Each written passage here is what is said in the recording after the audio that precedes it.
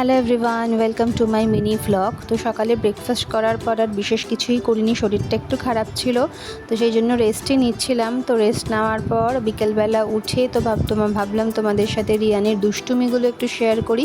তো দেখো, ও কিন্তু এখন একরকমভাবে ধরে ধরে দাঁড়াতে পারে, আর দাঁড়ানো থেকে এরকম ধূপ ধাপ করে পড়ে যায়। তো ভয়ও লাগে যে কোথায় কখন লেগে যাবে, বাট ও তো আর বোঝে না, ওই হচ্ছে ওর কাজ। সারাদিন দুষ্টুমি করে যাচ্ছে, চিৎকার করছে, কিছু বললে শুনবে না, ও যা বলবে সেটা হচ্ছে আমাদের শুনতে হবে। তাই ভাবলাম তোমাদেরকে দেখাই ওর দুষ্টুমিগুলো, যে ও কী করে সারাদিন। তো যাই হোক, এসব করার পর একটুখানি মুড়ি আর চানাচুর নিয়ে বসেছিলাম খাবো বলে। আর মুড়ি নিয়ে বসলেই রিয়ানও কিন্তু বায়না করে একটুখানি খাওয়ার জন্য, তো ওকেও এর মধ্যে থেকে দু একটা মুড়ি এভাবে দিচ্ছিলাম। ও কিন্তু খেয়ে খুব খুশি হয়। কেউ যদি আমাদের খাবার থেকে ওকে একটু আধটু বাইট দিই, ও কিন্তু প্রচণ্ড খুশি হয় তাতে। তো যাই হোক, এবারে ছোটো কাকা এসেছিলো, ছোটো কাকার কোলে ও ঘুরছিল বলে আমি ভাবলাম কি এই সুযোগে আমার কস্টিউম জুয়েলারিগুলো একটু গুছিয়ে নিই। আর এই দেখো, এই সেটটা কি সুন্দর, আমার হাজব্যান্ড একবার ভ্যালেন্টাইন্স ডেতে এটা গিফট করেছিল।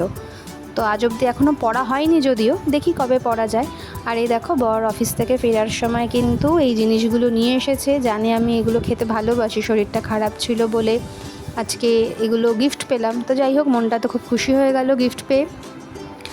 আর এখন রিয়ানকে ঘুম পাড়াবো বলে ওর নেজাল ড্রপ দেওয়ার চেষ্টা করছি, আর ও কিছুতেই দিতে দেবে না। এটা প্রতিদিনেরই যুদ্ধ চলে মোটামুটি, আবার মাঝে মাঝে ভালোভাবে নিয়েও নেয়। তো যাই হোক, ও তো ঘুমিয়ে পড়েছে, আর তো আমিও এই চকলেটটাকেই ঘুমিয়ে পড়বো। এভাবেই আজকের দিনটা শেষ হলো। Thanks for watching.